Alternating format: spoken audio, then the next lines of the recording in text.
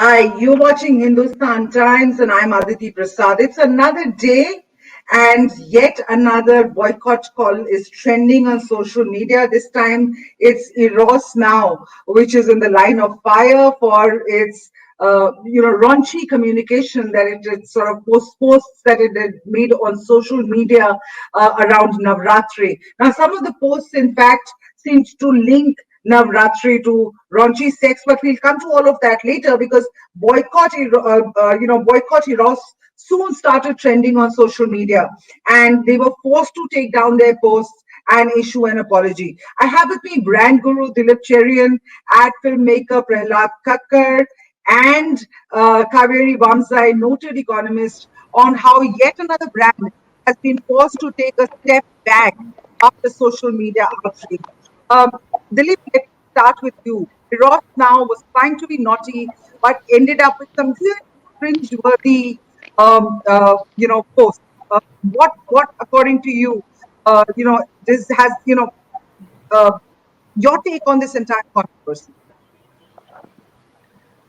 My sense is that humor is a risky business in today's India, and raunchy humor is a strict no-no.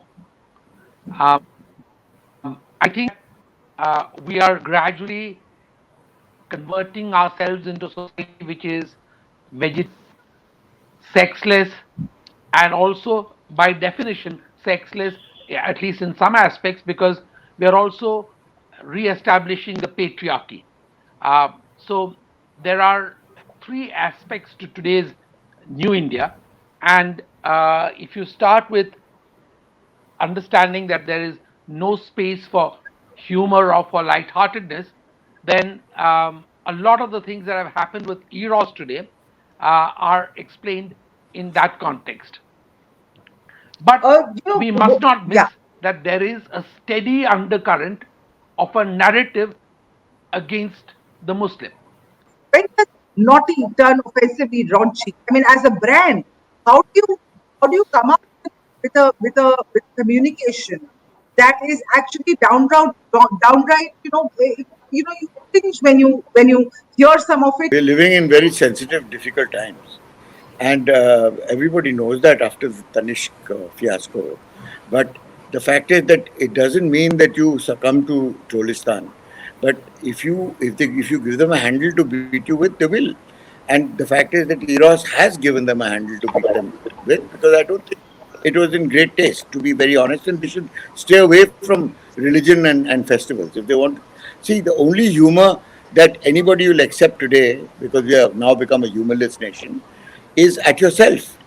So if you can't laugh at yourself, then you cannot laugh at anybody else, because Trollistan will jump into the frame. You'll give them a hand to start beating around the bush, and even when they're marginalized, and I think they're very marginal. I don't think they're mainstream, but the fact is that they have a huge share of voice, because media really picks it up and gives them a massive boost. Especially when it becomes controversial, because for some reason, bad news is good news as far as media is concerned, and I hold them partly responsible for the state we are in right now, because they take people, uh, Rollistan, so seriously that they give them a platform, they magnify their voice, and most of India does not feel the same way. I don't think so. Now they have withdrawn these posts. Do you think that they were right in withdrawing these posts and of making amends in that way and saying sorry? You do something and then you say, oh, sorry. No, I think Eros, its name suggests the god of love. So I think they think that they have the license to be a little naughty and raunchy. And if you look at some of the content that platforms like Alt Balaji and Eros put out, there's an element of risque in some of the series that they do and that they back.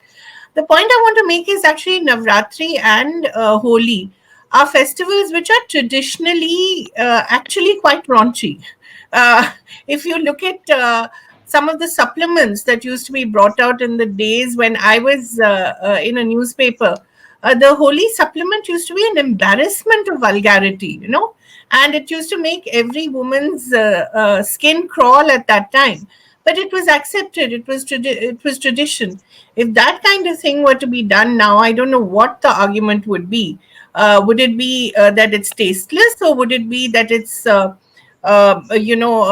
anti-Hindu? I can't understand. The argument here being that it is anti-Hindu. The argument here should be that it is tasteless. This is coming close on heels of the Tanish cat. Now, the Tanish cat was, I mean, there was nothing raunchy about it. There was nothing tasteless about it. It was a good, feel good ad, and probably if it would have come out a few years ago, it would have just gone and we would have just smiled and moved on, not made big of it. But now suddenly, and this I'm taking from Kaveri's argument, that why is it that no point can be made online without it becoming a Hindu Muslim issue? I mean, what's happening to our society? It's been happening for a while. The whataboutery gang believes that this is a voice of pristine, pure religious sentiment, which has been hurt over the decades, and we are finally getting our time in the sun. It is no longer uh, about just about tasteless, which is the soft Hindutva line that Kaveri would like us to take. It is the much harder, down with the masjid kind of line that is working. That the lines are very sharp, and within those lines, there is a certain vapidity, a certain removal of the gorgeous detailing that is part of the Hindu panoply. So I think that the the problem is that a new kind of Hindu mullah, as it were, is saying this is allowed and this isn't allowed, and this is what your religion is, mate. Stay within these lines. There's a referee at every corner, and anything you do results in a penalty shoot against you. But religious intolerance, in fact, is been rising across all communities, and I'm not just talking about India and I'm talking about No, the entire world. Look you what look at what's happening in the France. head terrorists. I mean, that is just another dimension of this entire thing. But I think just a quick point here before Dilip steps in, and I think that's something that Dilip perhaps should talk about. Do we now have a situation where a person can actually proclaim that they brought down the share value of Tanishq? Or, as the person who actually pointed this out, somebody called Ramesh Rajput, that's his Twitter handle, said that, Yeah. oh, now I'll bring down Eros's share value. I mean, is that the kind of India we want, where share values of Are companies, determined over social media. share Absolutely. value?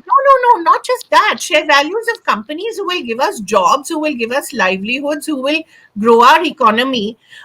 We will celebrate bringing down share values of those companies. I mean, why should we deny ourselves and our people, our young people, jobs?